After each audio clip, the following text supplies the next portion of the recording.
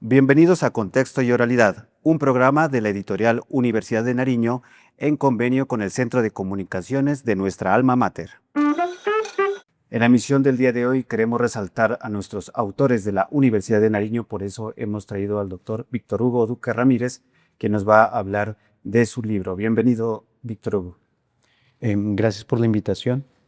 Bueno, cuéntenos primero para que nos conozcan y lo conozcan los televidentes, ¿quién es Víctor Hugo, su trayectoria y sus publicaciones que ha realizado hasta el momento?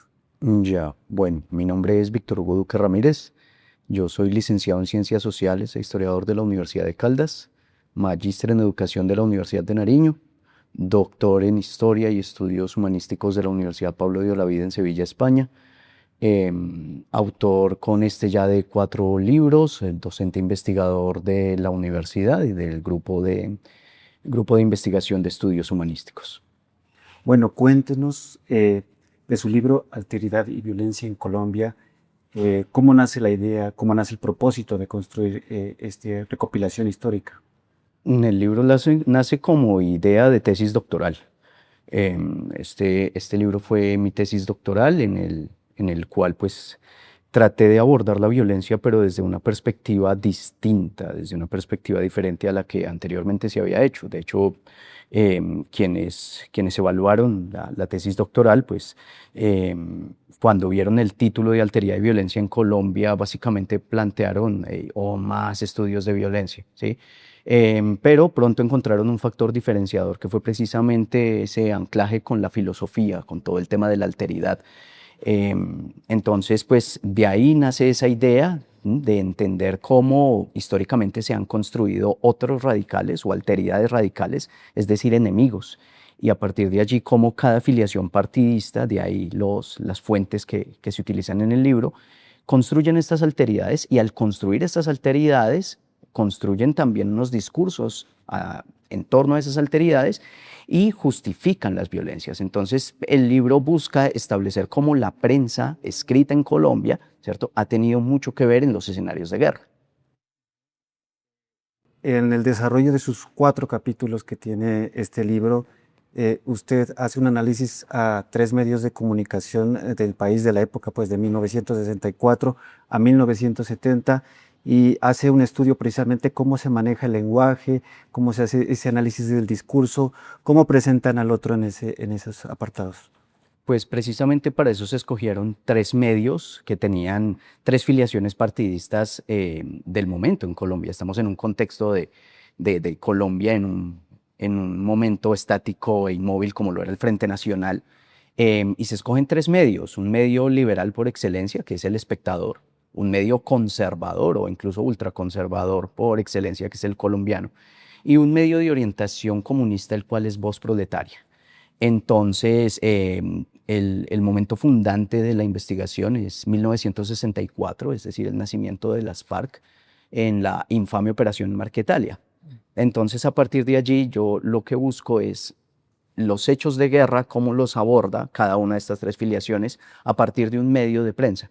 Entonces, por ejemplo, es particularmente ilustrativo el solo hecho del inicio de la Operación Marquetalia, que recordemos que fue una operación militar en el cual se enviaron a 10.000 efectivos del ejército contra 1.000 familias que ocupaban las veredas del Pato, Río Chiquito, y Guayabero y Marquetalia. Entonces, es muy interesante cómo en este primer hecho, que fue la Operación Marquetalia, por ejemplo, El Espectador lo plantea desde la criminalización del otro, ¿sí? Entonces, bandas de bandidos, salteadores de caminos y ladrones han ocupado un territorio, ¿cierto? Y los héroes de la patria, el Ejército Nacional, va a recuperar todo este territorio a sangre y fuego. Entonces, es el crimen allí. Voz Proletaria, por su parte, al ser un medio de orientación comunista, pues en su encabezado plantea: los héroes de Marquetalia nos llevarán a la revolución popular y hay que apoyarles. Y pues El Colombiano, que es el medio más interesante a mi modo de ver allí, pues al entender que en Colombia catolicismo y conservatismo han estado en una relación de contubernio, ¿sí? Entonces era interesante ver que no planteaban el hecho de la operación Marquetalia, sino que tenían un titular que decía pena de muerte para quien se persigne en Marquetalia, propendiendo por la satanización del otro, ¿sí? No solamente son criminales, sino que son malvados, ética y moralmente, e incluso religiosamente. Importante y muy interesante esta investigación porque hace una alusión que anteriormente no se hacía, que es a los medios de comunicación del momento y que pues crean un lenguaje y que será importante que en las facultades de comunicación de nuestro departamento y del país se estudie este tema. Profe, hay un apartado que habla de Camilo Torres, ¿no? Como esa figura en la que eh, habla de dos elementos muy importantes, del comunismo y de la iglesia, que no estaban en concordancia en ese tiempo. ¿Cómo lo abordó usted? Lo que pasa es que Camilo Torres fue una persona muy sui generis y apareció en el momento y el lugar equivocados. Camilo Torres, a partir de su postulación de la teología de la liberación, donde él básicamente plantea que comunismo y cristianismo no son excluyentes entre sí, sino que llegan a ser complementarios. De ahí su famoso lema que la revolución es un mandato cristiano. Camilo Torres se convierte en un ser incómodo para las tres filiaciones partidistas, ¿sí? Camilo Torres se convierte en un bandido a la visión del espectador, ¿sí? Se convierte en un personaje sospechoso y peligroso para Voz Proletaria, ¿sí? Y para el colombiano se convierte en un sacerdote seducido por el comunismo, ¿sí? Este comunismo que pues es ateo, ¿cierto? Es ateo, es violento, amenaza la vida, honra y bienes de los colombianos y pues a partir de allí se empieza a construir un escenario de alteridad desde los tres medios en la figura de Camilo Torres. Entonces Camilo Torres es muy importante porque este personaje no fue tomado como un ícono como debió haber sido por parte del ELN. Recordemos que en la historia colombiana un personaje como Camilo Torres y el que un sacerdote católico haya llegado a las filas de una guerrilla, pues generó el movimiento Golconda, en el cual sacerdotes y monjas de distintas partes de Latinoamérica e incluso de Europa vinieron a unirse a las guerrillas. Entonces, el problema es que Fabio Vázquez Castaño, ¿sí? El líder máximo del ELN, no veía a Camilo Torres como un ícono político, sino que lo veía como un potencial usurpador a su trono, por llamarlo de alguna manera, como líder máximo del ELN, y pues envió a un pobre sacerdote sin ningún tipo de entrenamiento militar a una acción militar y en la primera escaramuza que estuvo, pues lo acribillaron a tiros, ¿sí? Entonces, a partir de la figura de la muerte de Camilo Torres, los medios se lanzan directamente a establecer estas dinámicas de alteridad y ahí se nota muchísimo, porque claro, Camilo Torres generó un impacto enorme en las tres filiaciones, ¿sí? Entonces, pero el eje central es el comunismo, como esa especie de halo del mal, ¿sí? Que se está cerniendo sobre Colombia y que está extendiendo sus tentáculos malignos por todos los rincones del país y que llega incluso a, en el caso del conservatismo, a seducir sacerdotes, en el caso del liberalismo, a convertir sacerdotes en criminales y bandidos, y en el caso de Voz Proletaria, pues a verlos con mucho cuidado, porque cómo es que un revolucionario va a ser un sacerdote. Claro que sí. En esa tesis de investigación suya se habla de la alteridad del otro, ¿no? Desde un enfoque histórico, pero seguimos viviendo esa situación, hoy hay más medios de comunicación, ya no solo está la prensa, sino está la radio, la televisión, los medios digitales también. Eh, ¿Usted cree que se sigue replicando ese contenido de alteridad?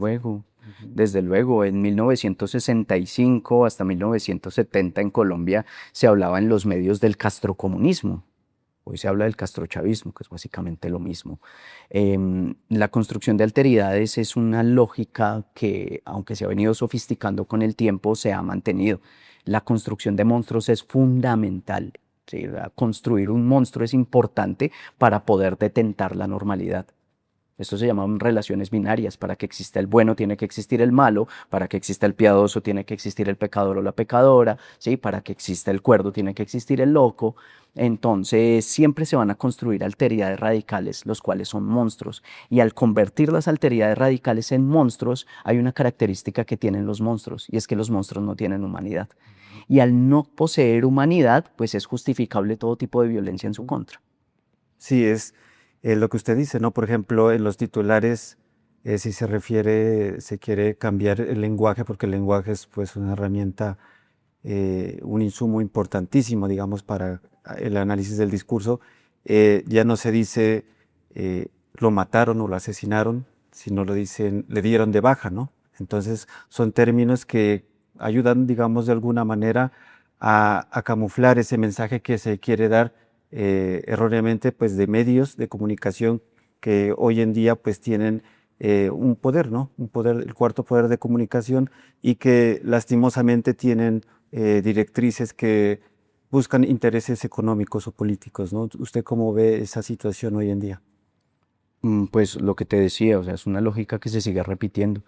Nosotros no podemos olvidar que los medios obedecen a unos intereses, y esos medios obedecen a los intereses de quienes son dueños o quienes tienen poder dentro de estos medios, ¿sí? Analicemos un ejemplo más mundial. En la década de los 80 se hablaba de el terrorismo y se acuña este concepto del terrorismo para aglutinar una serie de territorios dentro de una serie de lógicas de alteridad. Actualmente se habla del narcotráfico, ¿sí? Pero ¿qué tienen de factor en común los países o los territorios que durante la década de los 80 y 90 eran catalogados como terroristas y actualmente son catalogados como narcotraficantes? Que tienen petróleo.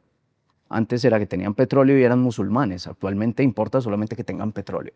Entonces miren cómo un único recurso, ¿sí? Un único concepto hace justificable la violencia en contra de un grupo, ¿sí? Una cosa es hacer un ataque militar en contra de población civil, pero si a esa población civil la catalogamos como terrorista, la connotación cambia. Si no, miremos el ejemplo de Palestina.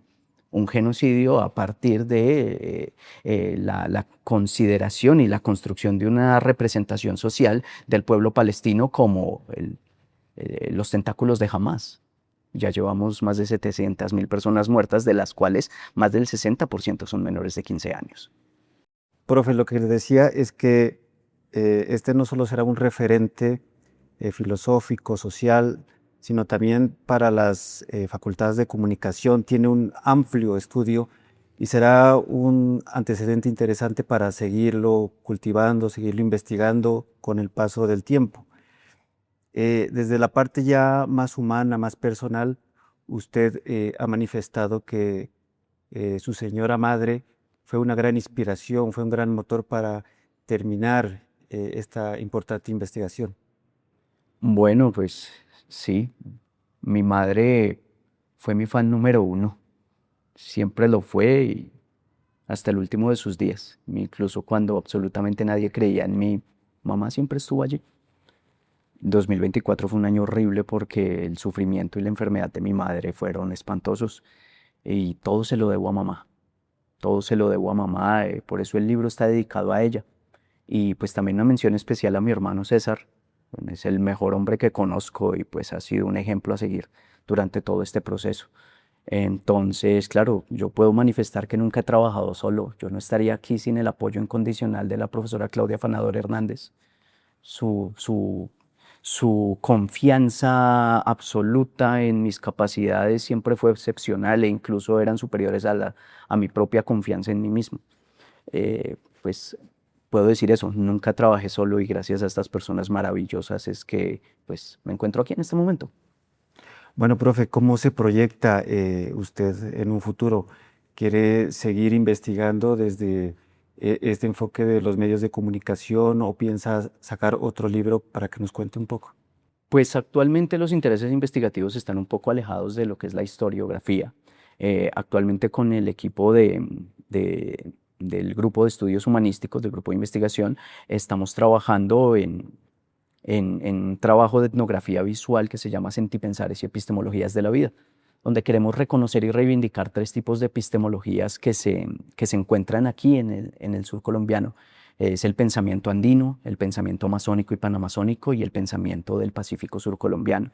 Entonces hemos estado realizando ya trabajo de campo, hemos estado realizando visitas, trabajo etnográfico, y a partir de allí la idea es que salga un documental como un documento físico, un libro, a partir de eso. Y pues tengo también la intención de continuar esta línea de estudio, ¿sí?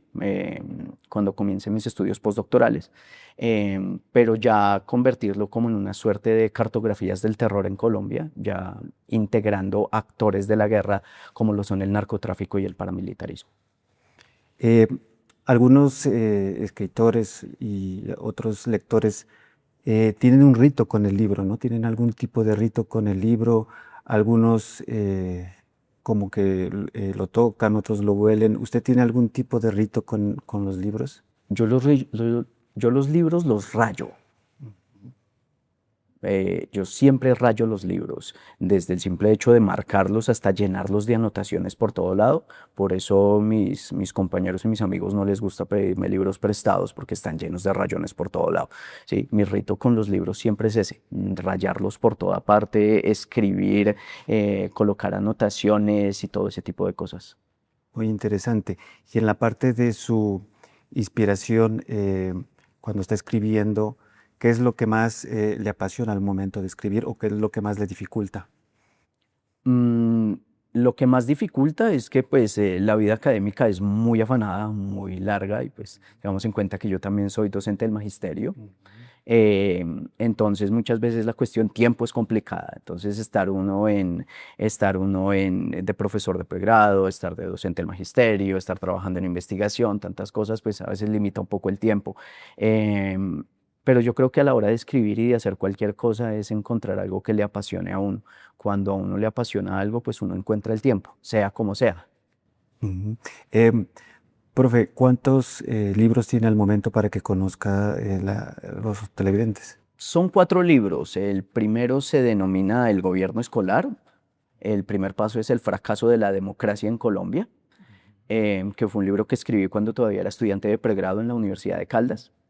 El segundo libro fue mi tesis de maestría, Alteridad y Violencia, La violencia, obstáculo y posibilidad para la formación de ciudadanos en la escuela, que también fue publicado por la editorial de la Universidad de Nariño.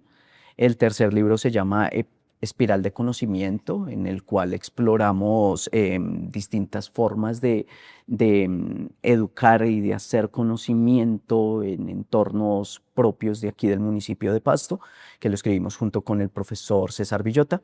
Y el cuarto, pues, es el libro que tenemos en este momento, Alteridad y Violencia en Colombia, una historia cultural, 1964-1970. Bueno, hagamos la invitación precisamente de su libro, de su último libro, Alteridad y Violencia, para que los televidentes que en este momento lo están viendo se acerquen a la editorial y próximamente pues ya tendremos el libro en físico para que se acerquen y empiecen a adquirir este interesante libro que hace ese acercamiento a la historia de Colombia a través de los medios. Vale, bueno, pues yo creo que para quien no es apasionado en la historia, como para quien sí lo es, pues una opción interesante el leer el libro. Traté de escribirlo en un lenguaje sencillo, no de hacer una galimatía como suelen hacer muchos académicos. Escribir un libro que cualquiera pueda leerlo. Además que es un libro que toma una especial vigencia en este mundo actual de la posverdad, de las fake news, de la manipulación de la información. Es interesante entender que la historia no es obsesionarse con el pasado, sino es poder entender el presente a la luz de ese pasado. Muchas gracias, profesor, por haber estado en este programa. Muchísimas gracias por la invitación. Después de esta interesante conversación con nuestro autor, Víctor Hugo Duque, vamos con nuestra sección, La Novedad Editorial. La novedad editorial del episodio de hoy es el libro El bajo nivel de aprendizaje de inglés de los bachilleres colombianos del autor Jesús Alirio Bastidas Arteaga. Este libro presenta testimonios de estudiantes de instituciones educativas de la ciudad de Pasto. Lo pueden conseguir en la librería de la Universidad de Nariño, ubicado en la sede Toro Bajo frente al bloque tecnológico. Hemos llegado al final de este episodio de Contexto y Oralidad. Los esperamos en una próxima emisión con más autores y publicaciones.